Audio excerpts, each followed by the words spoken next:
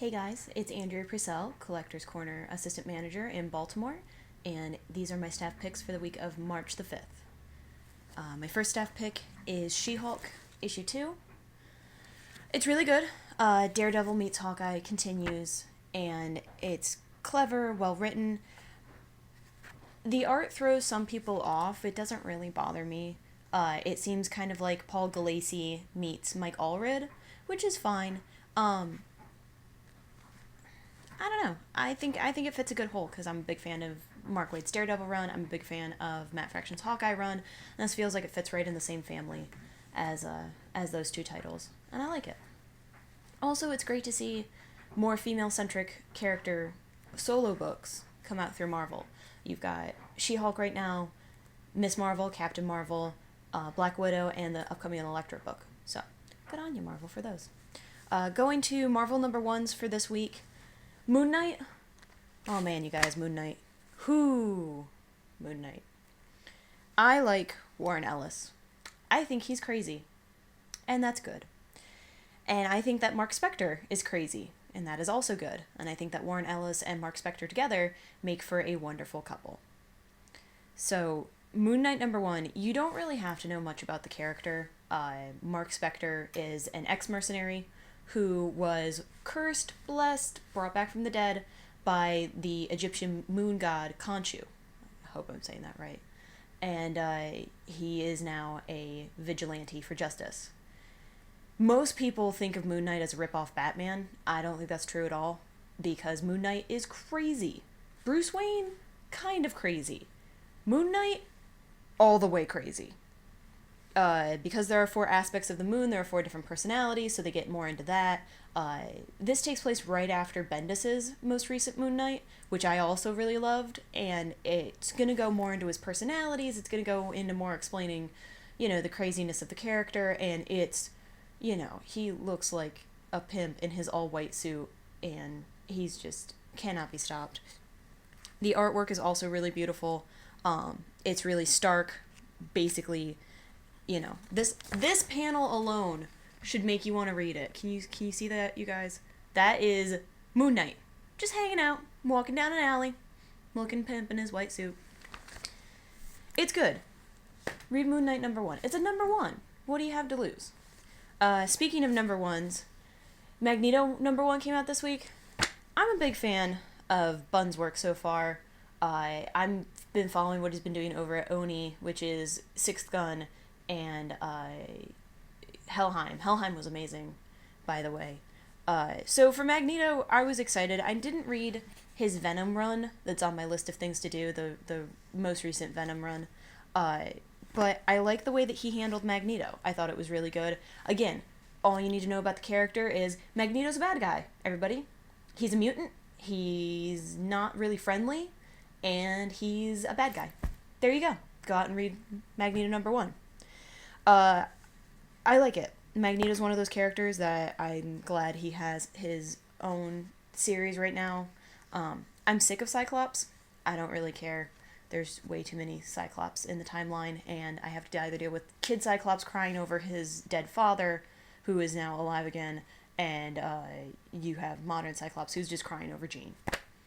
Cyclops is always crying, you guys. Why don't you read a Magneto book where Magneto doesn't cry, and this is one of my favorite panels, he rips out a guy's fillings and replaces them with steel rods and stop signs. Yeah.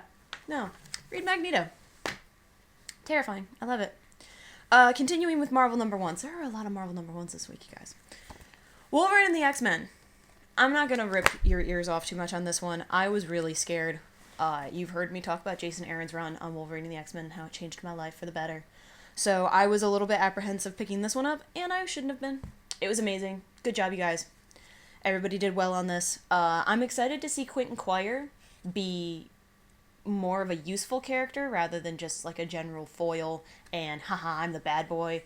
And no, Quentin Quire, you have seen your future and you need to shape up. So I'm excited for that.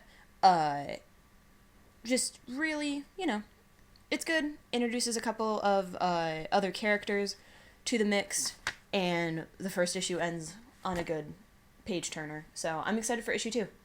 Good job. Good job, everybody at Marvel. Good job this week. All right, got another twofer. Rover Red Charlie and Afterlife with Archie. I'm not going to say much about Rover Red Charlie other than I should really stop reading this book because it just makes me ugly cry. Like, straight up, like, the puppies, why? It's not, you know, I got a reputation to keep.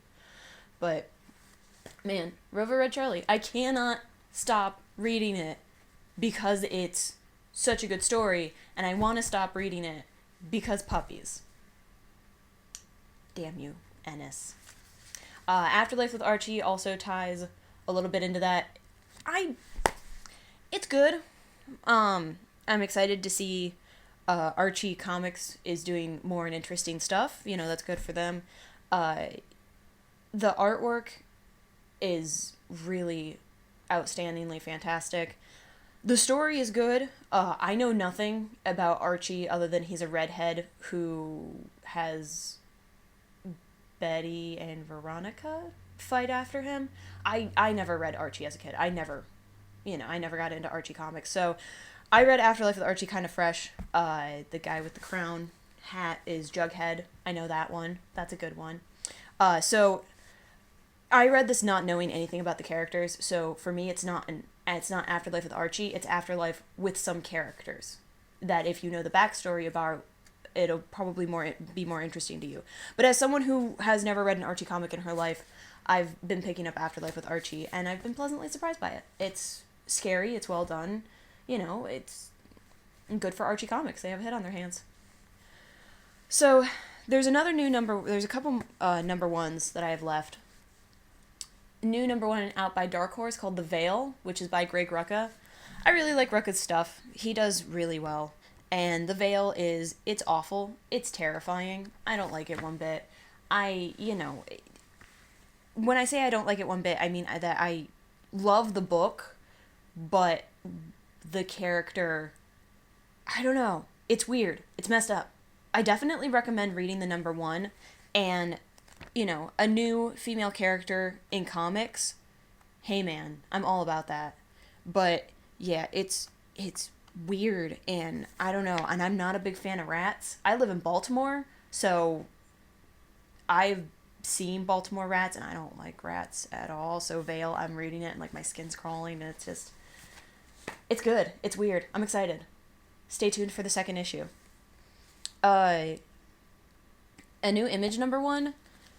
You guys have probably already seen Starlight is ripping up the charts. It's really good. It's really good. Everybody's comparing it to Flash Gordon. I want to compare it to something different.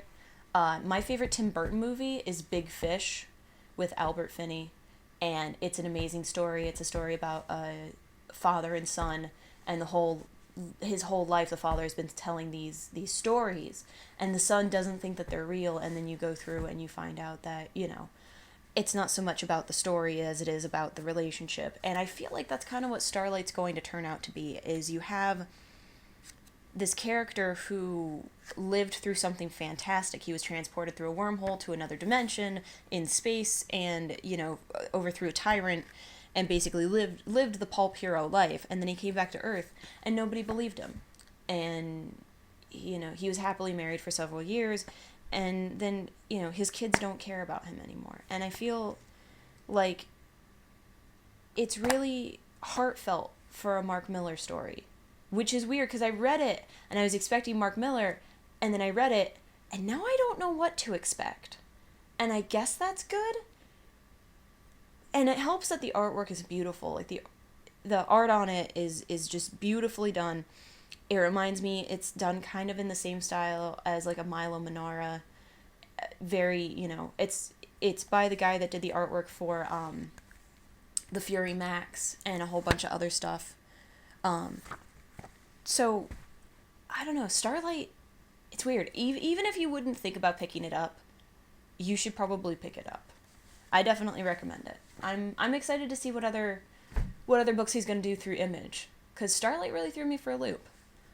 Something else that threw me for a loop. So Oni Press had a new number one called the Auteur, and Auteur. So, again, I'm from Baltimore. John Waters is kind of a thing here. And so this kind of seems like John Waters' wet dream. It's just a lot of, like, I can't really flip through and show you most of the panels because they're all terrifying. But one of the first panels, here, I'll show you the part that is probably the safe for work part. That is Abraham Lincoln, and on the other half of this double-page spread is the main character getting the front of his face ripped in half by his axe. So, this book is not for the faint of heart. Again, terrifying. It's about a director who was at the top of his game, and then he releases a huge flop. And he's now the laughingstock of Hollywood, and he has to figure, he has this idea in his mind of how to get back on top, but it's terrifying. It's,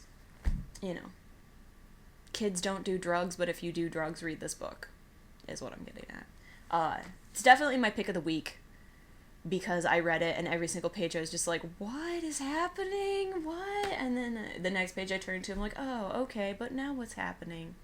And then by the end, I just was giggling to myself and wanted the second issue, so... Auteur is pick of the week. Thanks for bearing with me. I'm sorry that the video was late this week, you guys, but anybody who knows, we had a little bit of a snow, ice, winter kerfuffle on Wednesday, so the books were a little bit late, so I hope that you will bear with me on the lateness of the review. Pick up all of these books, She-Hulk, Moon Knight, Magneto, Wolverine and the X-Men, Rover Red Charlie, Afterlife with Archie, Veil, Starlight, and Auteur. Those are my picks for this week, and I'll see you guys at the comic shop.